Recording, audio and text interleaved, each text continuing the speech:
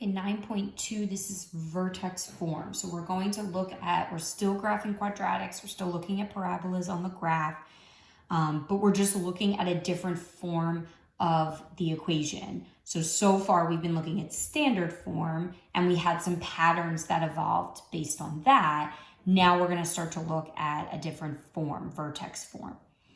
So essentially what you wanna notice in the difference in vertex form here. So I still have my f of x, I still have an a value, but instead of x squared plus bx plus c, I'm gonna see some number inside with x and that whole thing squared, and then a number outside. This is going to very much resemble absolute value. And we're gonna see even with tomorrow's topic that some of the conclusions are identical to conclusions that we made in those sections. So it should hopefully be helpful. Again, if A is positive, then the graph opens up. So that's the same as before. If A is negative, the graph opens down. So that hasn't changed.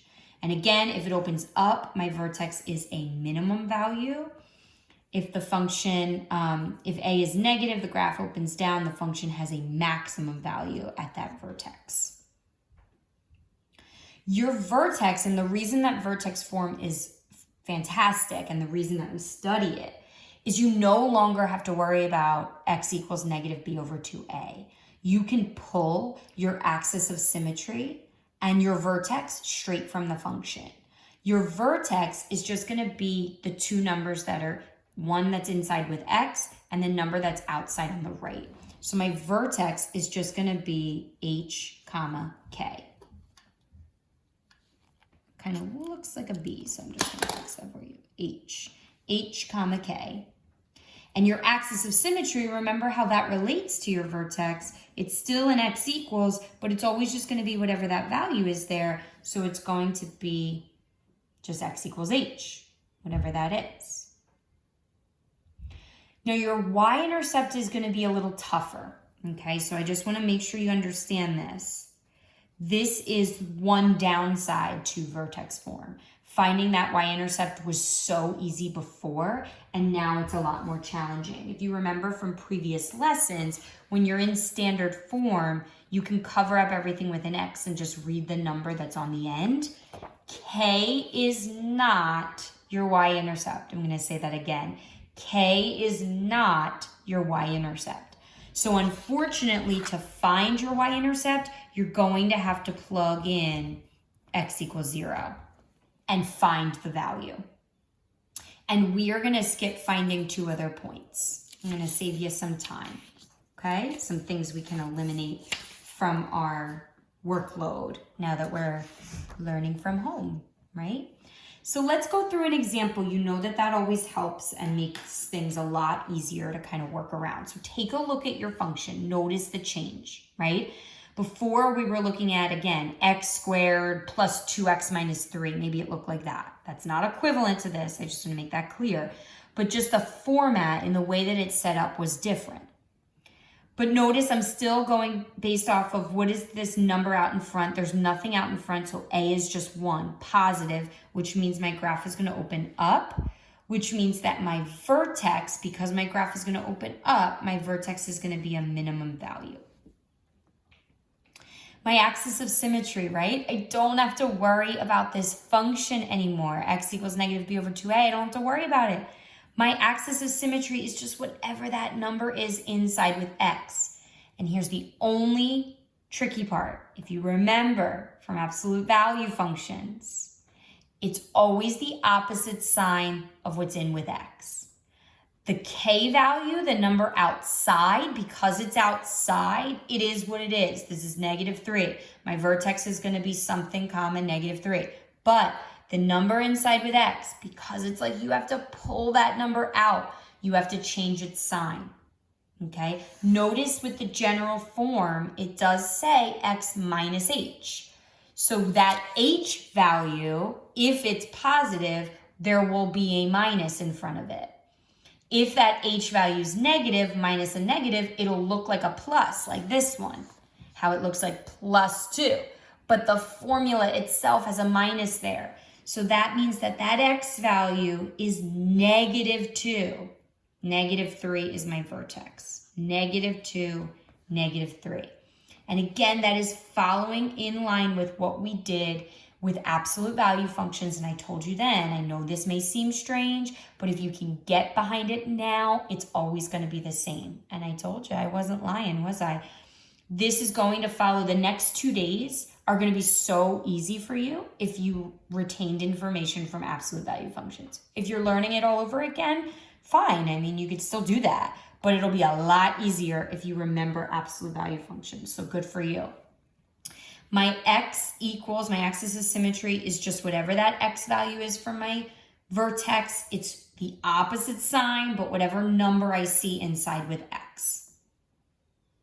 Let me start to get some of that stuff on the graph before I continue further. So x equals -2 is a vertical line here. My vertex is at -2, -3. Y-intercept. Told you it was a little trickier, right? I told you that part was tough. Okay? Y-intercept is definitely a little trickier because it's not -3. And hopefully you can see why. If I graph my y-intercept at -3, look at my function now. I got 2 points that are on the same line horizontally. How is that vertex a minimum? It's not if there's another point right here, right? So it doesn't make sense. It's got to be somewhere here, right? It's got to be up because my graph opens up from that vertex. That vertex is a minimum. So it has to be somewhere here, not at -3. So this is what I have to do, right? I have to plug in 0 for x. So that's exactly what I'm going to do. Look what I'm doing right now. I'm filling in everything but x. And now I'm going to take my pen. I'm going to fill in 0 for x. This is why it's not -3. Look what happens. You have something inside with x that's getting squared. So this whole thing doesn't disappear because the 2, the other number that's inside, is going to now get squared. So I'm going to square 2 and I'm going to get 4 minus 3 gives me a 1. My y-intercept is 0, 1. And before I'm done, I mirror that on the other side. And guess what, guys? That's it, okay? I'm not going to make you do other points. We don't have to factor or find x-intercepts, okay? In vertex form, how awesome is that? Let's go through some more examples. What a nice light day, huh? Okay, so what have I done now? I've put a number on the outside. Big deal, right? Doesn't change much. It changes my A, but I'm not using A to find my axis of symmetry or anything yet. All I'm doing is just identifying up or down. So it's a +2, means my graph is going to be up. If it's up, means my vertex is going to be a minimum. Remember, axis of symmetry, I don't need that formula anymore. Oh my gosh, I'm so excited. I'm taking the number that's inside with x and I'm changing the sign because it's inside with x. It's like you're pulling it out, and in that process of pulling it out, you have to make it the opposite sign. So what is my axis of symmetry? X equals +1. Notice that 2 out in front played absolutely no part in my axis of symmetry. It does not affect, you don't like distribute, don't try to distribute that 2. No, get out of town.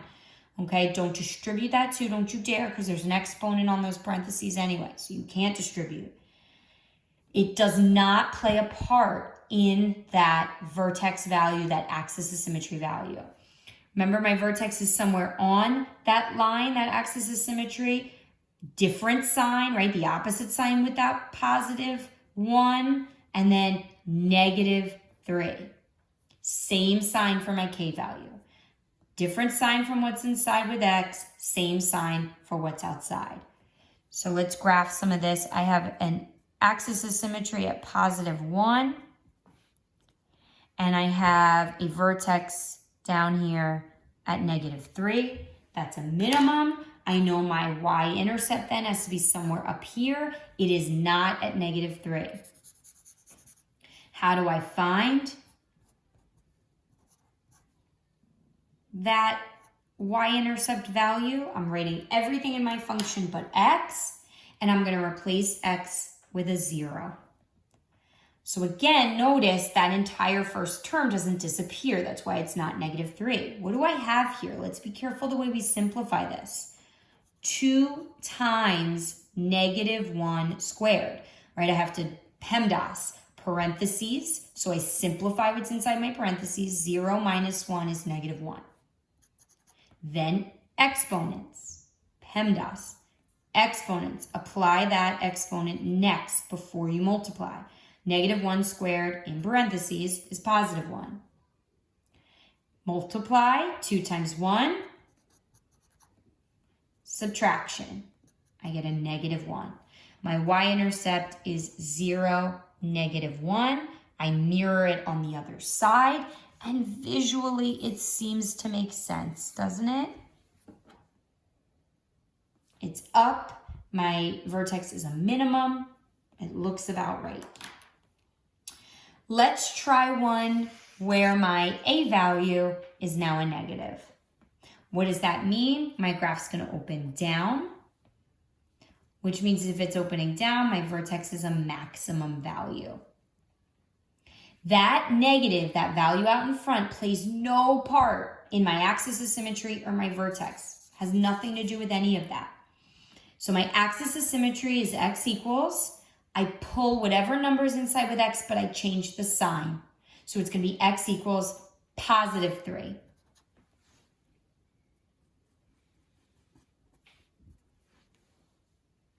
My vertex has that same x value that my axis of symmetry had, and then I'm going to pull that number down from the outside. Because it's outside, it doesn't change sign.